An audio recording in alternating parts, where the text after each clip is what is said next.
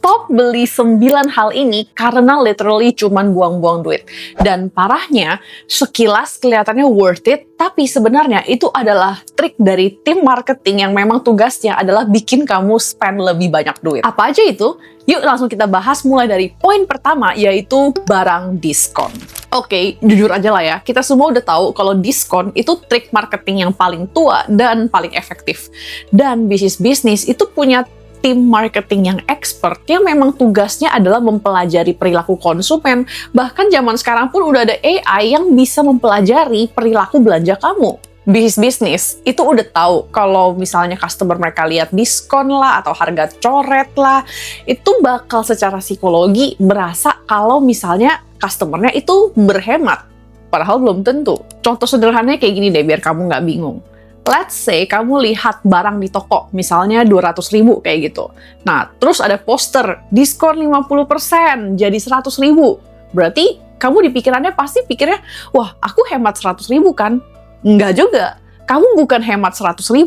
Kamu spend 100.000 untuk barang yang kamu nggak merencanakan untuk beli. Menurut aku, kamu baru beneran dianggap hemat kalau kamu itu udah ada rencana nih untuk beli barang tersebut, dan kamu udah budgetin untuk beli barang tersebut di harga normal, which is 200.000, dan kebetulan saat kamu butuh, dia lagi diskon, baru kamu hemat.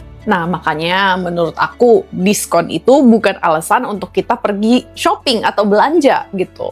Tapi diskon itu aku anggap sebagai bonus kalau misalnya memang aku butuh barang itu, ada rencana untuk beli, kebetulan dia diskon. Jadi sebelum kamu check out di saat tanggal kembar atau lagi flash sale, coba kamu pikir, kamu beneran butuh barang ini, udah direncanakan untuk beli, atau kamu tuh cuma terpancing karena lihat diskon doang dan takut kelewat. Oke? Nah, sebelum aku lanjut ke poin berikutnya, kalau kamu suka belajar tentang keuangan, jangan lupa untuk like dan subscribe biar kamu nggak ketinggalan video berikutnya. Poin kedua, barang-barang yang udah aku stop untuk beli karena bener-bener buang-buang duit aja adalah barang yang terlalu murah. Nah, ini tuh biasanya suka muncul di marketplace ya gitu ya, aku nggak mau sebut nama gitu. Tapi kamu pasti pernah ketemu nih barang yang harganya tuh murah banget sampai nggak ngotak, sampai kamu mikir, ini beneran nih harganya kayak gini. Terus pas kamu beli, ternyata cepet banget rusak dan ujung-ujungnya kamu harus beli lagi. Karena kamu harus beli barang murah tersebut berkali-kali atau berulang-ulang, ujung-ujungnya kamu lebih boros loh daripada kalau kamu dari awal langsung beli yang harganya agak lebih tinggi, tapi memang kualitasnya oke, kayak gitu. Nah, ini bukan berarti kita harus selalu beli barang yang paling mahal ya. Bukan berarti yang paling mahal tuh yang paling bagus. Belum tentu. Tapi kita harus biasain untuk buang mindset kalau mau belanja itu harus yang paling murah. Karena there's a reason why harganya paling murah. Itu biasanya yang kualitasnya sampah. Simpelnya gini deh gitu ya.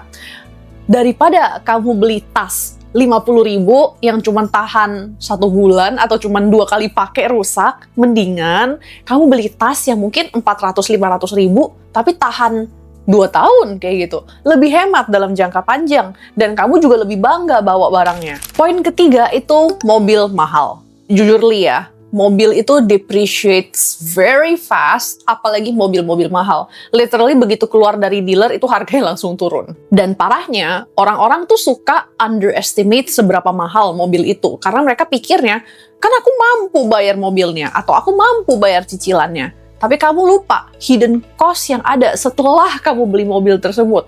Kamu harus bayar, misalnya cuci bensin lah, pajaknya, STNK lah, kamu harus bayar maintenance, service, belum lagi kalau kamu kecelakaan, terus mobilnya ditabrak orang. Belum lagi kalau kamu tinggalnya di Jakarta, ada ganjil genap, ya mobil kamu kemungkinan nggak bisa dipakai tiap hari juga anyway. Nah, ini bukan berarti kamu nggak boleh beli mobil ya, tergantung kebutuhan. Kalau memang kamu butuh untuk mobilitas, misalnya kalau kamu tuh tiap hari ke kantor dan kantornya lumayan jauh dan nggak terjangkau sama transportasi umum kayak gitu misalnya, atau mungkin kamu udah mau berkeluarga kayak gitu, harus nganterin anak ke sekolah kayak gitu, kan bakal susah kalau misalnya nggak ada mobil. Kalau itu make sense, tapi please jangan sampai cicilannya lebih dari 30% income kamu. Karena kalau lebih dari 30% income kamu, itu kamu maksa beli mobil dan ujung-ujungnya kamu bakal stres mikirin gimana cara bayar cicilannya. Oke? Dan bahkan nih, untuk beberapa orang, coba deh kamu hitung. Bisa jadi kamu naik Grab atau Gokar tiap hari lebih murah daripada kamu bayar cicilan mobil. Poin keempat yang menurut aku nggak worth it adalah ganti HP tiap tahun. Nah jujur li HP aku ini udah 4 tahun dan aku belum ganti ya. Kenapa? Karena ya masih bagus gitu, belum rusak. Aku bukan orang yang anti beli HP baru ya, gitu. Kalau memang butuh, ya it's okay. Karena kan namanya juga modern digital kayak gitu kan. Perangkat seperti handphone itu bisa membantu produktivitas kamu, kayak gitu. Nah, tapi kan ini nggak berarti kamu harus ganti HP tiap tahun gitu kan. Menurut aku sih, as long as it still works fine, masih bisa kerja, kayak gitu. Yang penting itu nggak mengganggu pekerjaan aku, ya menurut aku nggak ada reason untuk ganti sih. Apalagi orang tuh kadang suka gonta-ganti HP cuman karena temen udah ganti duluan lah, gengsi lah. Apalagi begitu kamu lihat promo cicilan langsung kegoda. Dan ini berhubungan ke poin berikutnya, yaitu cicilan konsumtif. Jujur ya, cicilan konsumtif itu adalah jebakan Batman keuangan.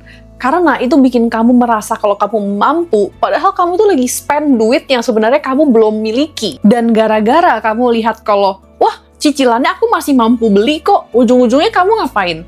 Beli tiket konser, nyicil 36 bulan. Beli tiket pesawat, nyicil 12 bulan. Beli gadget, nyicil 2 tahun. Beli apalah, dicicil, ujung-ujungnya kamu berasa kalau gaji atau income kamu belum apa-apa, udah langsung habis buat cicilan.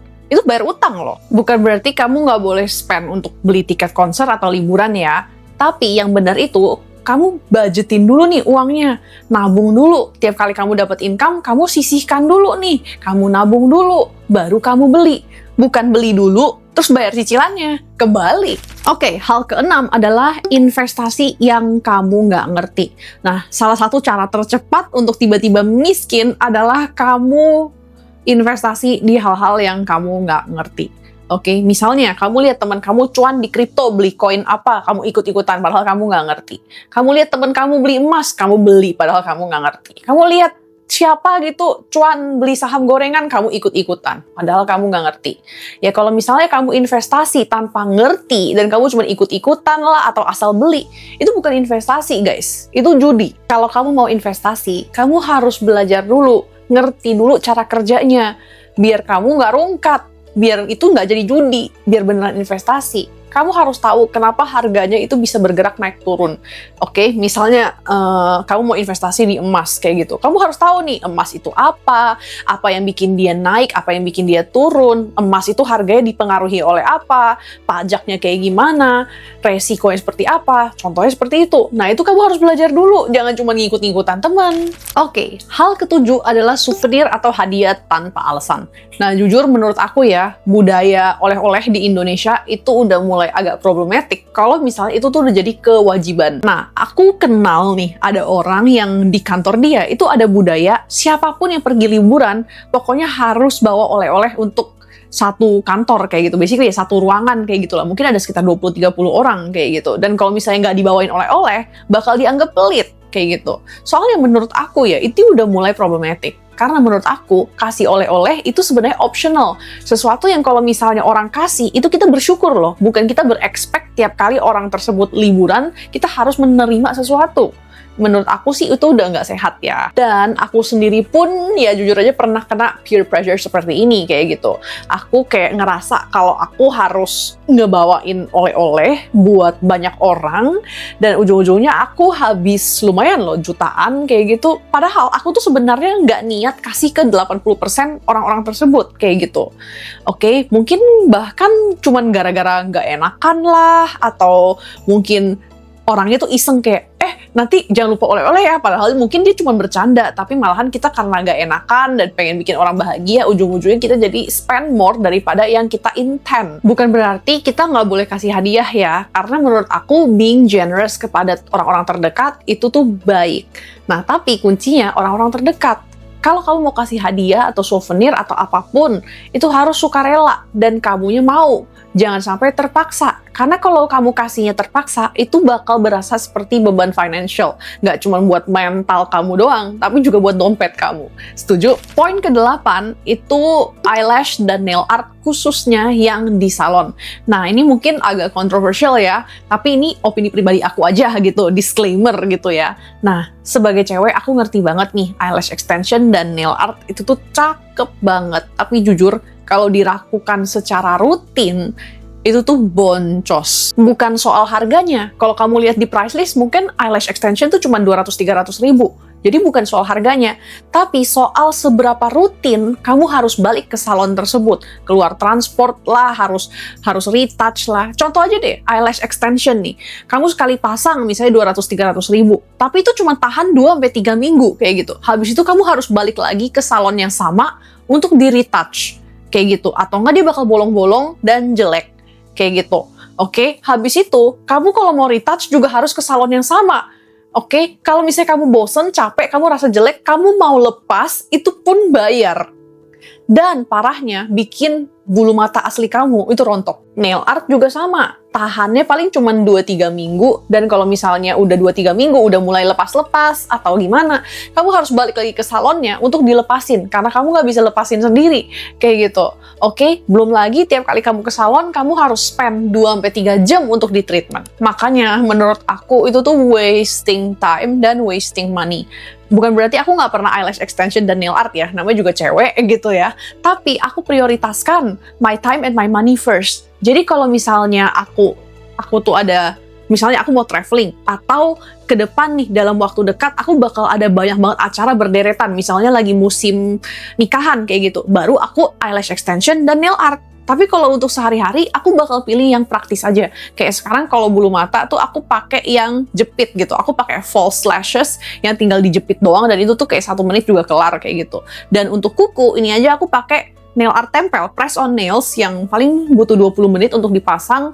Ya memang sih tahannya cuman kayak 3 hari sampai seminggu gitu. Tapi ini nggak merusak kuku dan nggak usah balik ke salon untuk dilepas. Ini tinggal dilepas sendiri aja. Yang ke-9 itu subscription yang nggak kepake. Nah, ini tuh suka nggak sadar ya. Misalnya kamu tuh ada langganan Netflix lah, Spotify lah, atau aplikasi editing yang ternyata kamu tuh nggak terlalu kepake kayak gitu. Dan karena itu biasanya tuh link otomatis ke e-wallet atau kartu kredit, kamu nggak sadar kalau tiap bulan kamu bakal dikenakan biaya kayak gitu. Nah, jadi coba deh luangkan mungkin 10-15 menit untuk bener-bener cek nih tagihan-tagihan kamu gitu, dan juga semua langganan-langganan yang kamu ada. Apakah bener-bener kepake? Kalau misalnya kamu memang kepake kayak gitu ya nggak apa-apa. Karena kan kepake, nggak sayang. Tapi ternyata kalau misalnya kamu udah nggak pakai lagi, ya ngapain? Terminate aja daripada kamu rugi. Setuju? Kalau kamu udah nonton sampai sini, kamu udah tahu ya 9 hal yang bisa bikin keuangan kamu bocor. Tapi itu semua sia-sia kalau kamu nggak punya sistem budgeting, karena kamu pasti bakal boncos di hal lain mungkin.